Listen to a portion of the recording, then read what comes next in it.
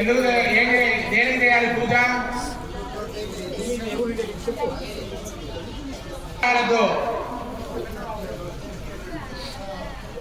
ఎవరైతే నిశ్శబ్దంగా ఉండాలి, లేదా కాసేపు ప్రశాంతంగా కూర్చోండి.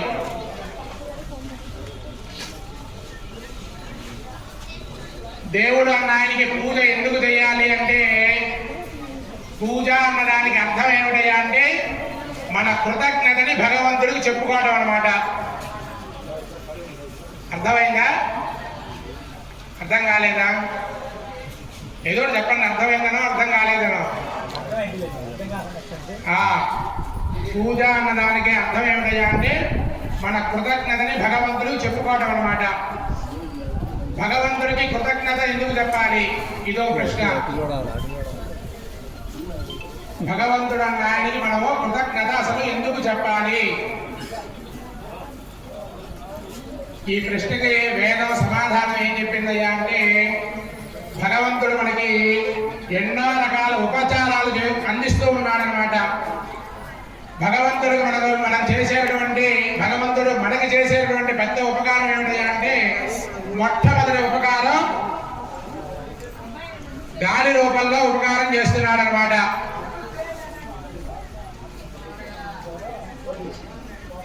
మనం పూజ చేస్తూ ఉన్నాం. పూజ చేసేటప్పుడు భగవంతుడిని ఎప్పుడన్నా అనుకున్నాం, అయ్యో నేను గాలి పీల్చుకుంటున్నానో లేదో అని ఎప్పుడన్నా అనుకున్నావా? అనుకోలేదన్నమాట. భగవంతుడు మనకు చేసేటటువంటి మొట్టమొదటి ఉపకారం ఏమిటయ్యా అంటే గాలి రూపంలో ఉపకారం చేస్తున్నాడు అనమాట. లోపల ఉన్న గాలి బయటికి వస్తూ ఉన్నది, బయట ఉన్న గాలి లోపలికి వెళుతూ ఉన్నదన్నమాట. ఈ రెండింటిలో ఏది జరగకపోయినా ప్రమాదం అన్నది ఏర్పడుతుంది. కాబట్టి భగవంతుడు మనకు చేసేటటువంటి మొట్టమొదటి ఉపకారం గాలి రూపంలో ఉపకారం చేస్తున్నాడు అనమాట. ఆ తర్వాత భగవంతుడు మనకు చేసేటటువంటి రెండో ఉపకారం ప్రాణశక్తి అయినటువంటి నీళ్ల రూపంలో ఉపకారం చేస్తున్నాడు అనమాట. ఇది మనకు అర్థమైన చెప్పాలంటే, ఒక మనిషి కళ్ళు తిరిగి కింద పడ్డాడు అనుకోండి, ఆయన మీద ఏం చల్లుతాం? కాస్త నీళ్లు చల్లుతాం అనమాట. నీళ్లు చల్లితే వెంటనే ఆయనకి తెలివి అన్నది వస్తుంది. ఆ ప్రాణశక్తి అన్నది భగవంతుడు ఆ నీళ్లకు పెట్టాడనమాట. అన్నం తినకపోయినా మనం కొన్ని రోజులు బతకగలుగుతాం, కానీ నీళ్లు తాకపోతే మనం ఏ రోజు కూడా బతకలేమన్నమాట. కాబట్టి భగవంతుడు మనకు చేసేటటువంటి రెండో ఉపకారం నీళ్ల రూపంలో ఉపకారం చేస్తున్నారు. ఇట్లా అగ్ని రూపంలో భగవంతుడు మనకి ప్రమాదాలు కలిగించాలనుకున్నా వీటి ద్వారానే కలిగిస్తాడనమాట. గాలి ఎంతవరకు రావాలో అంతవరకు రాకుండా ఎక్కువ గాలి వచ్చింది అనుకోండి ప్రమాదం వస్తుంది. నీళ్లు ఎంతవరకు కురవాలో అంతవరకే కురవాలన్నమాట వర్షాలు. అట్లా కాకుండా ఎక్కువ కురిసినా కూడా వాటి వల్ల కూడా ప్రమాదాలు వస్తాయి. అగ్ని ఎంతవరకు మండాలో అంతవరకే మండితే మనకి బాగుంటుందన్నమాట. అట్లా కాకుండా అగ్ని మనకి ఎక్కడో మన్నం చోట ఏ గడ్డివా మీరు ఎక్కడో మండింది అనుకోండి, దానివల్ల కూడా మనకి ఇబ్బంది వస్తుంది. అట్లానే భూమి అన్నిటికన్నా కూడా చాలా మంది వ్యవసాయం చేసే వాళ్ళు చాలా చేసేటువంటి తప్పు ఏమిటయ్యా అంటే, రాత్రి పూట భూమిని దున్నుతున్నారు ఈ రోజుల్లో. పొరపాటును కూడా రాత్రి పూట భూమిని దున్నకూడదు అనమాట. బోర్లు వేయటము ఇట్లాంటి పనులన్నీ కూడా చేస్తూ ఉన్నారు. రాత్రిపూట మన చిన్నప్పుడు భూమి మీద గట్టిగా చప్పుడేసి నడిస్తేనే పెద్దవాళ్ళు ఒప్పుకునే వాళ్ళు కాదనమాట. అరే భూమి మీద చప్పుడు చేసుకుని నడవకూడదు రాత్రిపూట అని చెప్పి నిశ్శబ్దంగా నడవండి అని చెప్పి మనకి పెద్దవాళ్ళు చెప్తూ ఉండేవాళ్ళు. ఎందుకంటే పెద్దవాళ్ళ మాట చిన్నపిల్లలు విన్నాం కాబట్టి మనందరం అభివృద్ధిలో ఉన్నాం. ఇప్పుడు పిల్లలు కలి ప్రభావం వల్ల పెద్దవాళ్ళ మాటలు ఏనేటువంటి పిల్లలు కూడా ఉండట్లేదన్నమాట. కాబట్టి భూమికి మనము రాత్రిపూట పొరపాటును కూడా భూమిని దున్నకూడదు అనమాట. మనకి బొగ్గు దగ్గర నుంచి బంగారం దాకా ఏది కావాలన్నా సరే భూమిలో నుంచి రావాల్సిందే. ఇంకో మార్గం ఏదైనా ఉందా? ఎక్కడ ఏ ప్రపంచంలో ఎక్కడ ఏ మూల కలిగినా కూడా మట్టిలో నుంచే పంట పండాలి తప్ప మట్టి లేని చోట ఏది కూడా పుట్టదన్నమాట. కాబట్టి క్రూడాయిలు పుట్టినా బంగారం పుట్టినా ఏది పుట్టినా భూమిలో నుంచి తగ్గి తీసుకోవాల్సిందే తప్ప వేరే మార్గం అనేది లేదనమాట. అదే భూమి మనం తిరగాల్సినంత వరకు తిరగకుండా ఎక్కువగా తిరిగిపోయిందనికే దాన్నే భూకంపాలు అంటారన్నమాట. భగవంతుడు మనల్ని రక్షించాలనుకున్నా ఈ గాలి, నిప్పు, నీరు, భూమి, ఆకాశం వీటి ద్వారానే రక్షిస్తాడు. శిక్షించాలనుకున్నా వీటి ద్వారానే శిక్షిస్తూ ఉంటాడు అనమాట. కాబట్టి భగవంతుడికి మనం అప్పుడప్పుడు కనుక కృతజ్ఞతలు చెబుతూ ఉన్నాం అనుకోండి, ఇక మీకు అర్థం అవ్వాలనుకోండి. దీనికి ఒక ఆయనకి మనం సహాయం చేశాం. ఒక ఆయన ఆపదలో ఉన్నప్పుడు మనం సహాయం చేశాం. ఆ ఆపదలో ఉన్నటువంటి వ్యక్తి సహాయం పొందిన ఆయన మనతోటి కనుక సరిగా లేడనుకోండి, ఇంకోసారి ఎప్పుడన్నా ఆపద వస్తే ఆయన సహాయం చేస్తామా? సహజంగా అయితే చెయ్యం, అంతే కదా. అట్లానే భగవంతుడు కూడా అనమాట. భగవంతుడు కేవలం ధర్మం వైపు అట్లా నిలబడతాడనమాట. ఈ రోజుల్లో హిందూ ధర్మం గురించి చాలా యుద్ధాలు జరుగుతూ ఉన్నాయి. తెల్లారు లేస్తే సనాతన ధర్మం అందరూ దాంట్లో చాలా వ్యతిరేకతగా ఉంటుంది అని చెప్పి అందరూ కూడా అంటూ ఉంటారు. కానీ అందరూ బాగుండాలి అని కోరుకునేటువంటి ధర్మం కేవలం సనాతన ధర్మం మాత్రమే. మనందరం కూడా అంతా అయిపోయిన తర్వాత లోక సమస్త సుఖినో భవంతు అని చెప్పి అందరం కోరుకుంటాం, అంతే కదా. కేవలం మనం బాగుండాలి, మన వాళ్ళు బాగుండాలి, మన గ్రామం బాగుండాలి అని చెప్పి ఎవరు కూడా అనుకోరనమాట. లోక సమస్త సుఖినో భవంతు, లోకాల్లో అందరూ బాగుండాలని చెప్పి మనం కోరుకునేటువంటి ధర్మం కేవలం హిందూ ధర్మం, సనాతన ధర్మం మాత్రమే. ఇది అర్థం అవ్వాలంటే కృష్ణుడు ద్వాపర యుగంలో ఆయన తలుచుకుంటే పాండవుల్ని కాపాడగలడు, దుర్యోధనాన్ని, కౌరవాదుల్ని శిక్షించగలడు. కానీ ఆయన అట్లా చేయలేదన్నమాట. కేవలం ధర్మం వైపు ఎవరైతే ఉన్నారో వాళ్ళు వైపు వెళ్ళి కృష్ణుడు అక్కడ ఉన్నారు అంతవరకే. దేవుడైనా కూడా అంతే. అందరూ కూడా అనుకుంటూ ఉంటారు ధర్మం దేవుళ్ళు మనకు పూజ చేస్తే దేవుడు కాపాడుతాడులే అని చెప్పి అనుకుంటూ ఉంటారు అనమాట. కానీ సనాతన ధర్మం ఏం చెప్తుందో తెలుసా? ధర్మో రక్షతే రక్షిత.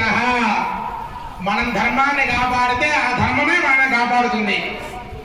మన ధర్మానికి ఏదైనా ఇబ్బంది వచ్చినప్పుడు మనం ఆ ధర్మం వైపు మనం నిలబడలేదనుకోండి, ఆ భగవంతుడు కూడా వీడికి నేను అక్కర్లేదు, నా ధర్మం అక్కర్లేదు కాబట్టి నేను వీడిని కాపాడాల్సిన అవసరం లేదని చెప్పి ఆయన కూడా పక్కకి వెళ్ళిపోతాడనమాట. కాబట్టి మనం చేయాల్సింది ఏంటయ్యా అంటే, మనకి ఫస్ట్ ధర్మం ఏం చెప్పింది? మాతృదేవో భవ, పితృదేవో భవ. ఇంట్లో తల్లిదండ్రులని, అత్తమామల్ని, వీళ్ళని పూజించాలి.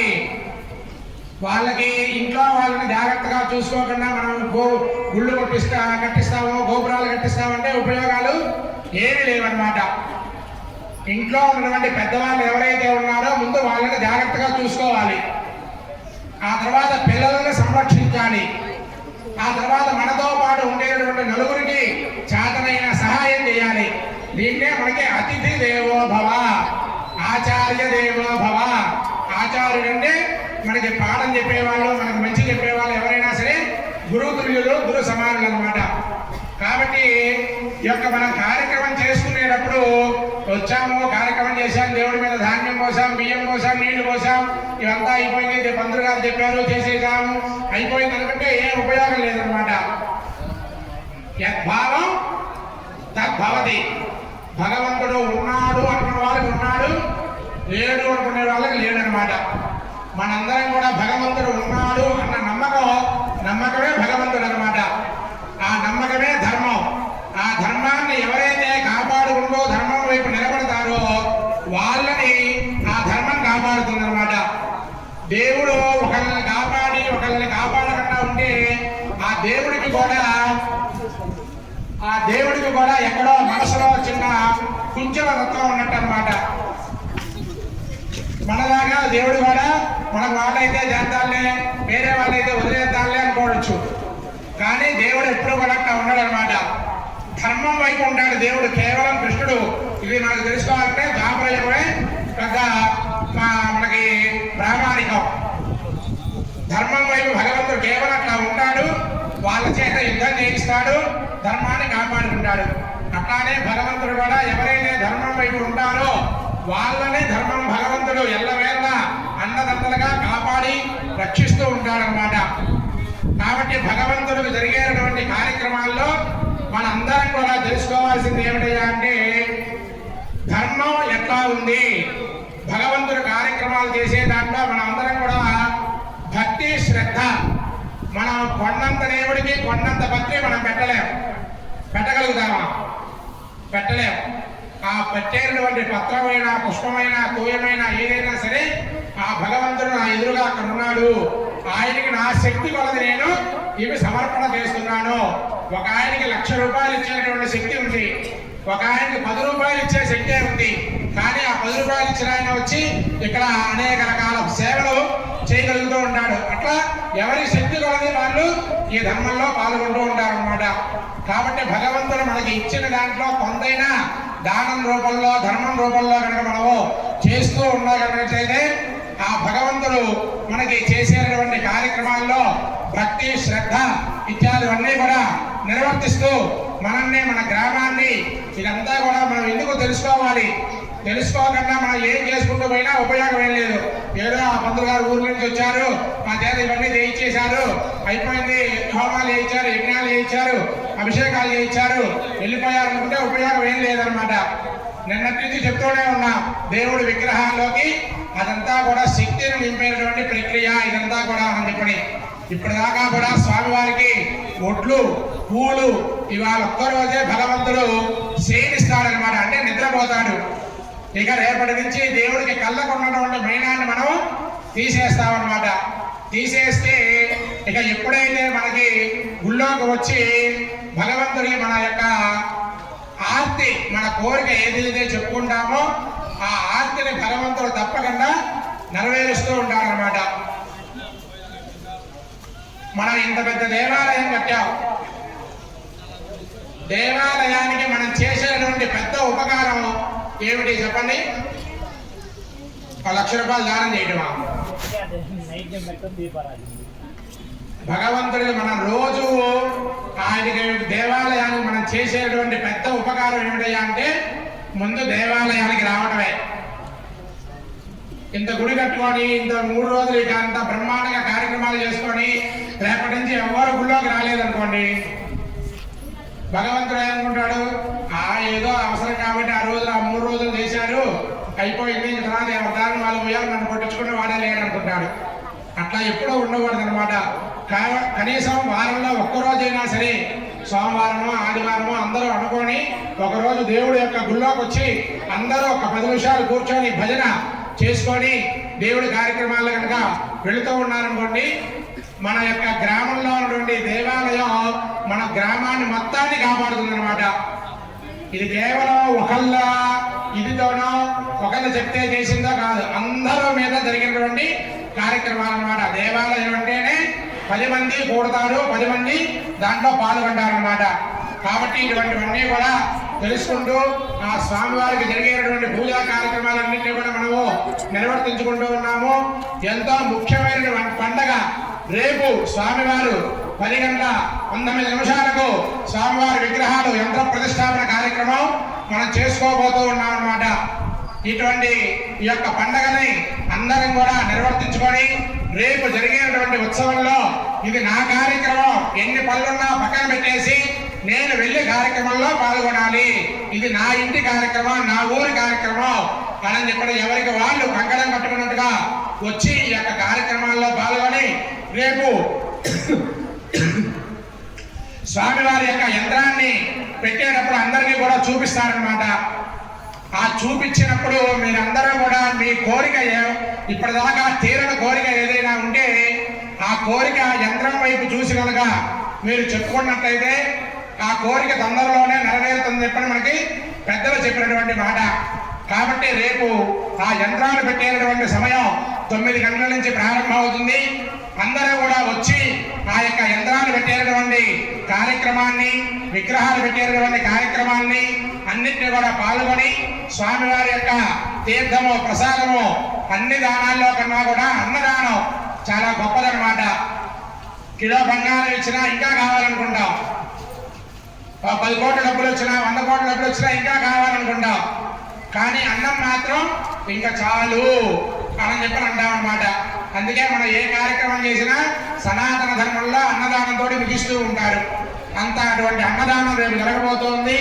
అందరూ కూడా అన్నదాన కార్యక్రమంలో పాల్గొని ప్రతి కార్యక్రమంలో అందరూ కూడా పాల్గొని గ్రామంలో ఉన్నటువంటి వాళ్ళందరూ కూడా ఇందాక చెప్పినట్టుగా ఇది నా కార్యక్రమం, నా ఇంటి కార్యక్రమం, నా సొంత కార్యక్రమాన్ని అందరూ కూడా ఎవరికి వాళ్ళు వచ్చి నలుగురితో కూడా కలుపుకొని ఈ యొక్క కార్యక్రమంలో పాల్గొని స్వామివారి యొక్క తీర్థ ప్రసాదాలు స్వీకరించి స్వామివారి యొక్క అనుగ్రహానికి పాత్రలు కావాల్సిందిగా అందరినీ కూడా కోరుతూ ఉన్నాము. రేపు మేస్త్రులు వీళ్ళందరూ కూడా అందుబాటులో ఉండాలి. 9 గంటలకల్లా ధ్వజస్తంభానికి సరిపడా కంకర అవన్నీ కూడా